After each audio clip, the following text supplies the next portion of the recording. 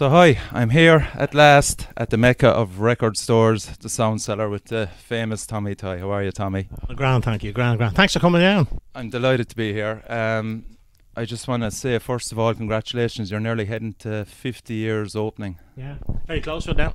Very close. And all the lads from Cork, all those smokers from Cork, we all pass on the congratulations, yeah. You know. Great people down there. Great people. Have great. They still come into me. Still, a lot of them people have been around even when I started up. Yeah, I got to know them all over the years, and they still come in. Yeah, still come in. We all have many albums. Yeah, from you of down course there, they do. Yeah, pretty sure they have. And it's great that again, like, you know us by name as well. Yeah. Oh yes, of course. But the all through the years, I always got great support from Cork. Always did. And it wasn't a postage thing. They had to come up. Yes, that was all part of it. And then we stand here talking bullshit for the whole day on a Saturday, and it was absolutely terrific. There was always something new to talk about, new bands where I was, but they did come in and they supported me big time. Yeah, usually we'd be up for gigs and stuff. Of course, it wasn't the pub you go to first. It wasn't the hotel you go to, or the hostel you go into Tommy's straight away. Yeah, and see what the latest stuff was. Well, you see, in those days they had to get the stuff off me because they couldn't bring it with them. So they had to get them back to the hotel wherever they were staying, leave them in, and then off to get drunk. So it's mental. If you don't mind, because I have a young audience as well, would you mind explaining how the Sound Cellar came about? When I started off first, I was with Pat Egan. Pat Egan now would have been. He was the he was a promoter. That's right. Yeah, of course. Yeah, Rory Gallagher, the whole lot of them. Cool. Like, I remember at the time, I was very, very young when I started with Pat. You know, he came through the ranks very fast. He not into the metal stuff himself, but he was into rock. Okay. In those days, the rock was, you know, country, or it was more like country rock. And you know, Led Zeppelin, of course, had just come at the time, and of course we was the first to bring them in. You know, he had a whole DJ show on the road himself, and that's where I came in. I was working with him at that. And as far as that Sound Cellar was concerned, he went into the record business, and he took over here, of course, with me. I was working. I was serving my time at one thing, and in the evening time I was with Pat. Okay. We were out. We used to do about 5 or 6 different shows a night, right, DJing. Yeah. So he came in here then, and that's how it all started. It was simple enough. It just got going. Brilliant stuff. And would you have met Phil Lynott or any of them? Of course, they were all down here over the years. Oh yeah, of course they were. Any pictures and stuff? Oh yes, yeah, of course. Very sad thinking about all those lads now, and they're all gone. Yeah, Gary Moore as well. Of course, big time. Rory, geez, there's actually hardly any of them left, really, is there? No, a few of them still going around, like Ed Dean and them, a few of them. But that's it, you know, there's very few.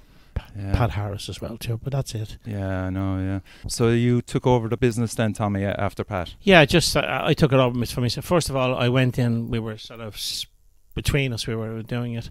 And then Pat he had another shop in Cork as well, and we done that for a few. Then he decided then he wanted to get out of it altogether. Pat Egan, of course, the Queen's Old Castle. Yeah, that's right. Remember, he was in Cork as well, Patrick Street, Cork. He had a shop down there. I didn't realise it was him that owned that. Oh yeah, of course, yeah.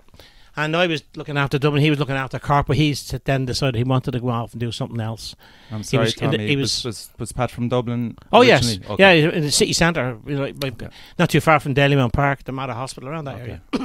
But he wanted to go on then and do the concert scene more. So I stayed here. Like, we worked for a while, and then just eventually he's moved on, and I stayed here, and that's why I'm here now. Fair play. Well, before that alone, we had done a lot of gigs, like all through the years. Pat Egan would have been one of the first there himself, and you know, the promoters that were around, Jack Fitzgerald, and you know, you know, it was there was only really 2 promoters at the time in Dublin. In Dublin, really. That's strange, isn't it? You know, and Jim Aiken was one who unfortunately passed away, and then Peter Aiken took over. He took that, and then of course Dennis Desmond came along and took the thing the whole up with the horse. But Pat, to me, was the one that sort of broke. Before Pat started up, he used to go and introduce the bands for the lads themselves. Okay. But he started then with the Flying Burrito Brothers, J.J. Cale, all the Flying Burrito Brothers in Dublin. J.J. Cale. Roger McGuinn, Emmylou Harris, the whole lot. He brought them all in and just broke the whole thing wide open. Right. All of a sudden, it was so popular that we hadn't got the venues. Yeah, I was just going to ask what venues. The venues. Were The Olympia was there, of course, and the SFX, and a lot of the metalheads that know all about, course, and even the TV club, and Never heard of that. Harcourt Street, and the CIE club in Marlborough Street, just down from the Proctor. They hosted gigs as well. Yeah, they all done the gigs at the time. It had just got so popular. Right. And then, of course, Pat then decided that he was doing a certain amount with he was working with the postering and all around the town and all like that, and personally I think I won't say he lost interest. Right. But he didn't seem to have the same sparkle that he once had on it. Yeah. So he just laid back for a while. He's back again now, doing them again, and that's unbelievable. Like Pat starts working, does all the stuff down, say on a Christmas time down in all the hotels and all over the country. Yeah. Does them in Scotland, Wales, the whole lot. A right showman then. Yeah. So he starts at the start of the year for Christmas. Right. But that's what he's doing now, and he's brilliant at it. Jeez. All the promoters over here are brilliant at it because they have to be good at it. Yeah. If not, they're not going to get on. Yes, they correct. all are. Every one of them are excellent at it. There's a good sense of community amongst them now. Yeah. Even it's not competitive at all. Yeah, no, it's great. not. No, well, they all have their own venue. You see, you have Peter Aiken who has Vicar Street. You've got Dennis Desmond who's the Olympia, and of course they all have the Three Arena. Yeah, the lads in DME have the DME. Exactly, I was going to come to them. I couldn't forget them, my old friends. H wouldn't forgive me, but the DME is as they've broken up the whole metal scene. Yes, as we know it. Like Correct. I mean, I'm not talking about the Judas Priest and all this. I'm talking about the Mayhems and these bands, the black metal bands. They've taken that all Creator and all. Yeah. Flotsam and Jetsam, Overkill. That's what he looks after. Yeah, and they get them into Vicar Street as well. They get them. Yeah, oh yes, great, of course, and the Olympia. Like, there's no such thing as if you're paying your fee and you can take your choice of venues if they're available. Yeah. Back in the 70s, what was the scene like then? I mean, like, were like Tin Lizzy playing much around Dublin? Or no, not really. They had huge in America. They had tried to break America, but they were certain places they were huge already. And then, of course, all the bands were trying to break America. Yeah. And I thought it was an awful mistake. Okay. Because you had to put an awful lot of money into it. Right. Okay. And I don't think it was worth it. You know what was wrong with Tin Lizzy? They came too early. Yeah, they were a bit ahead of Came too early. Like, Gary Moore was amazing guitar player. Fantastic. Yeah. And there was so many great bands around. There was another band from the north called Dave Lewis and the Method. They were absolutely super. Right. Okay. Super. Great guitar player. I've often wondered whatever happened to him. I came across a lad called Dave Lewis, but I don't think it's the same guy. Yeah. Any other bands that stand out kind of at that time? Around the time, there was a great blues band called The Few. They were super. Okay. Yeah. And then, but at the Dublin, there were some great Dublin bands around at the time. There really were. It was unbelievable. The scene was great.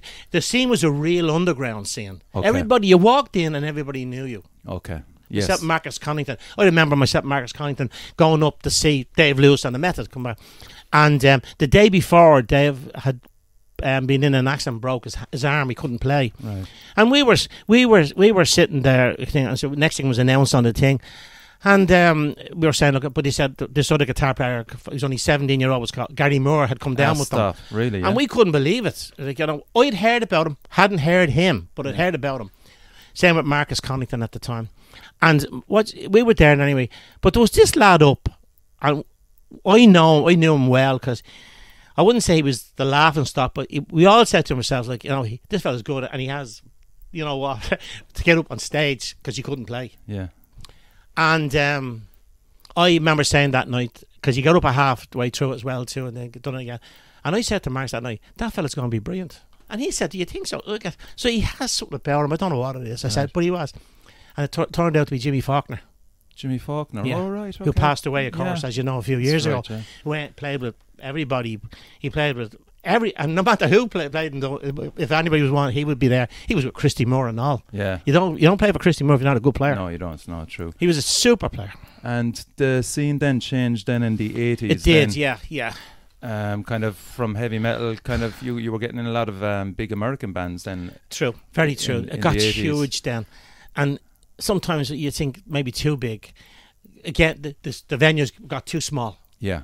That was a very big hard to problem, get wasn't it? tickets and all The shows top and all hat. that. Yeah, the top hat was being used a lot then, Yeah. and it was a great venue. Yeah. Great Would venue. you believe I was never there at it? Well, at you're that? not. No. The top hat, The no. SFX So I was. Slayer and all played there. I know. You know what I See, mean? I was young Anthrax then. played there, of course. You know what I mean? And it They're was really brilliant. rough. And then McGonagall's then, of course. We McGonagall's, were using exactly. McGonagall's at the time. I remember working with the lad who now he at the time he was managing therapy, and he just done it for a few months, and I think, if I'm not mistaken, I think it was 28 shows or 30 shows on a period of a few months, one every 2 weeks.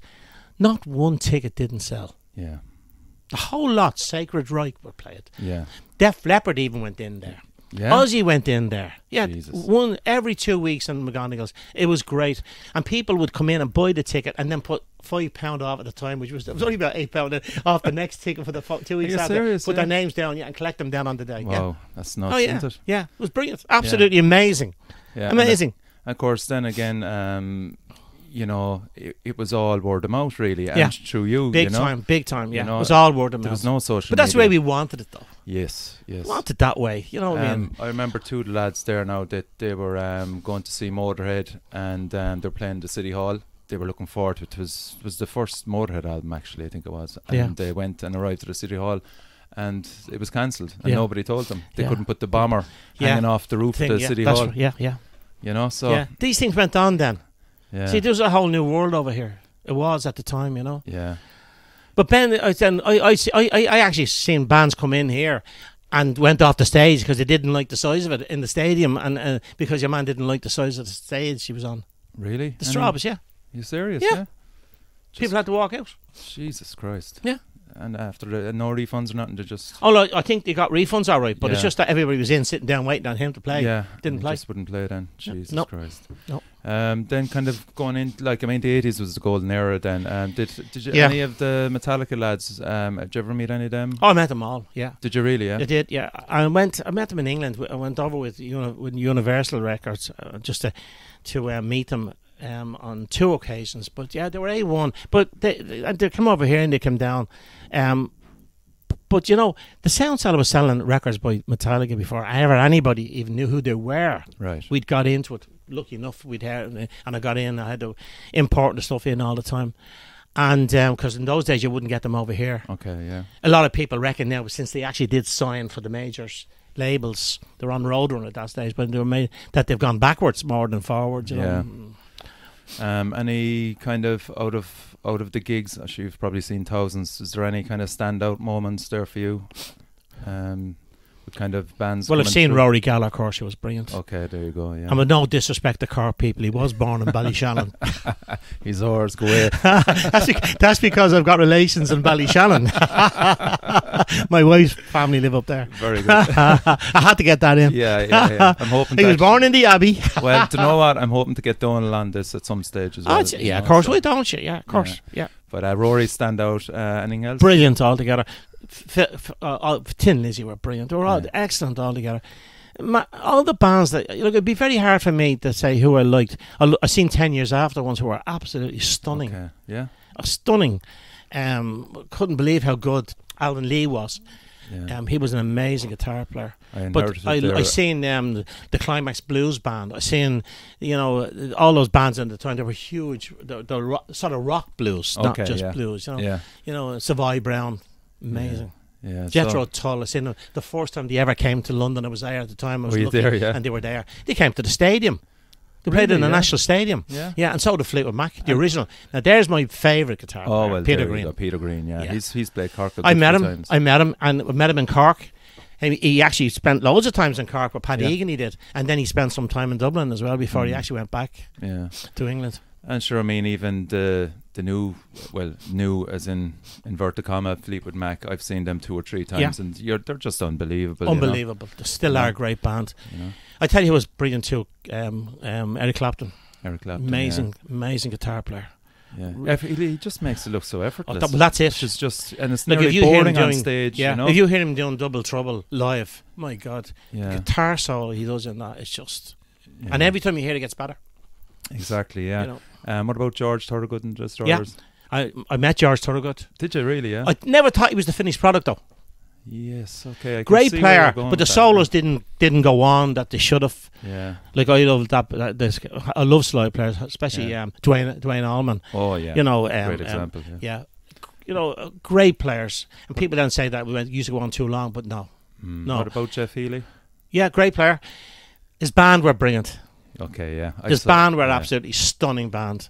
You know, I mean, they're still going around. They play with the Rides now. One of them does. Yeah. But great bands, like when you just it's hard to understand. When you go to a blues concert, if they're not all working right at the end of the night, it's crap. Yeah, that's a good point. Yeah. So you have to have the right people with you, and these were the right people. Yeah.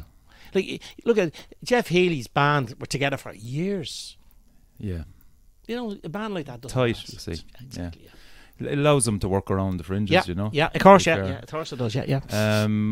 Going back there, I think the first album I bought off you, and you'll laugh at this, was Overkill Taking Over. Brilliant. Still sells. Really? Still sells. In my top 10 sellers of all time. Is it? Yeah, one of them in the top 10. Any more? Outside Metallica and all them, Testament, The Gathering.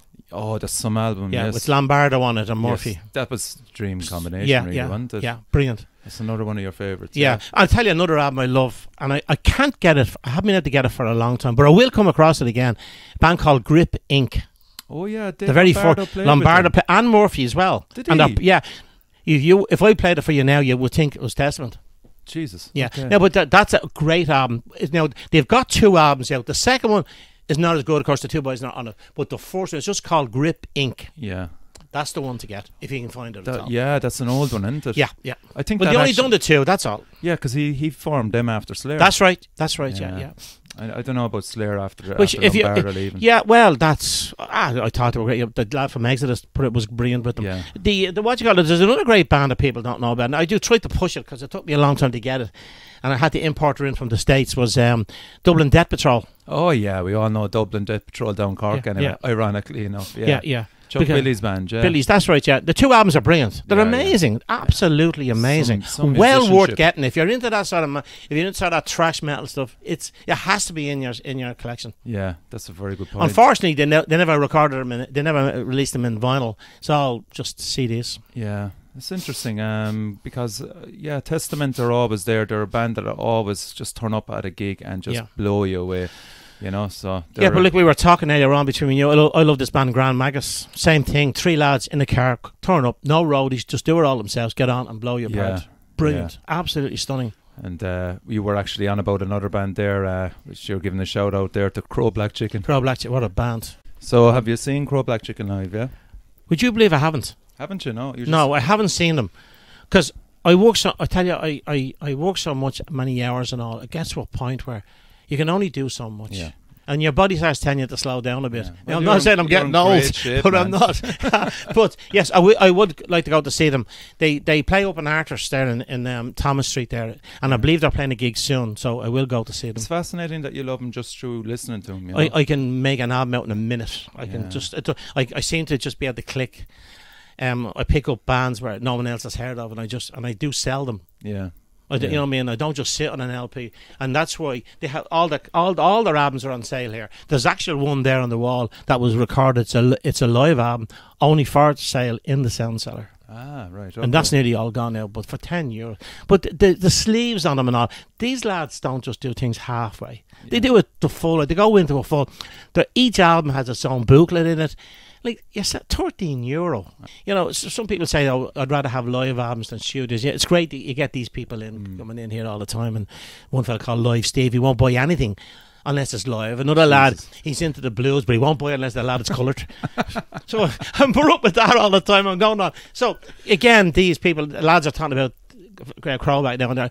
It's hard. They don't know whether they're better live or on studio, but that's great. Yeah. That's great. Yeah, that's brilliant. True. they have a new live album coming soon too. Ah, very good. They have, yes, yeah. Again, and they're Irish, crucially. Brilliant. You know, absolutely amazing. That's kind of what this podcast is about, is promoting Irish of course. music. You know? Why not? And at the moment, the metal scene is fantastic, and we've got the Siege now coming up on Sunday as well. Yeah. Bad Reputation down Limerick are doing great work there again, promoting. Yeah. You know, how do you feel about the Irish scene yourself, music-wise? Do you think they're able to shift a lot of albums, bands? That's a hard question. Because something's definitely wrong. Yeah. Because these bands are as good as that in I sell. Yes. And as you know yourself, the underground scene, especially the black metal stuff, if you want to go there, Yeah. you get them over here and they're so bad. Like, you know, I remember they sent me over albums years gone by, just a label. I can't, for the life of me, I can't remember the name at the moment of the actual label. And they were cheap. They were so cheap that I could sell them at €8. Right. But I couldn't hear that. Only noise. Okay. The Irish bands are 100 times better than some of these. Yeah. 100 times. It's incredible. Mm. Like, you know, it's and you know, all across the board. But my big problem is, and I always had it here, I don't know why it is, a lot of Irish bands don't get in touch with them to bring the albums in to sell them. Right, okay. Because you gladly do it. Of course. Yeah. Maybe they just don't know. Well, maybe that's it. Maybe that's because I've said it loads of times, and I've sent word to these different bands, and They'd be knocking on your door now, which is great. I don't you know? mind. Which You is know, I great. don't mind. You know, the Crow Black Chicken, what you call it? When they started off first, I sent word to them, and they didn't know anything at all. And then they had a lot of their stuff in one of the shops there that went bust with their business and all. So then they came down and asked me, and I was delighted to do it. And they've done very well out here since they put them in. Yeah. What about you? Because I'm not going to sit there and watch them up on thing. I'm going to be there telling people, look, if you, especially foreigners come in here during the year because of the name of the place now, and say, have you any Irish metal? There it is. Yeah. I got a load of Irish metal there last year from the different small things around town there. I sold every single one of them. There was nothing left. Jesus. Nothing. Yeah. It's mad, isn't No, it? you're not going to sell millions of them. Yeah, I know. But yeah, if you yeah. hand But if me it's in a there, half dozen, I'll sell them. If you send me in a dozen, I'll do my level best. I don't like giving back stuff that I haven't sold. yeah, yeah, It's yeah. not Of my course, way of doing things, you know. Of course, yeah. And again, you'd was it World Record Day? Was it Record Store Day. World Record Store Day? How did that yeah. go for you? It was brilliant. But again, the problem was no Irish bands. Tin Lizzy. Yeah. Everybody has Tin Lizzy. Yes, they I do. wanted the newer bands. Mm-hmm. You know, I look at. But then again, it costs money to It do does, these things. yeah, I was That's just the going to problem. say It costs money. it It costs does a- cost money. yeah. But come down and have a look at the. I said, come down and have a look at Crow Black. They're a great example to you. Or even get in touch with those lads. They'll help you out. Yeah. No problem. Yeah, yeah. They can do it. Yeah. If they can do it, anybody can do it. They're in Spain, they're in England, they're all over the place, and they're getting to be well known. Yeah. They put me in mind of a rocky version of John Mayall. Yeah. Have you ever heard of John Mayall Mayall's and the Blues album? Breakers. Yeah.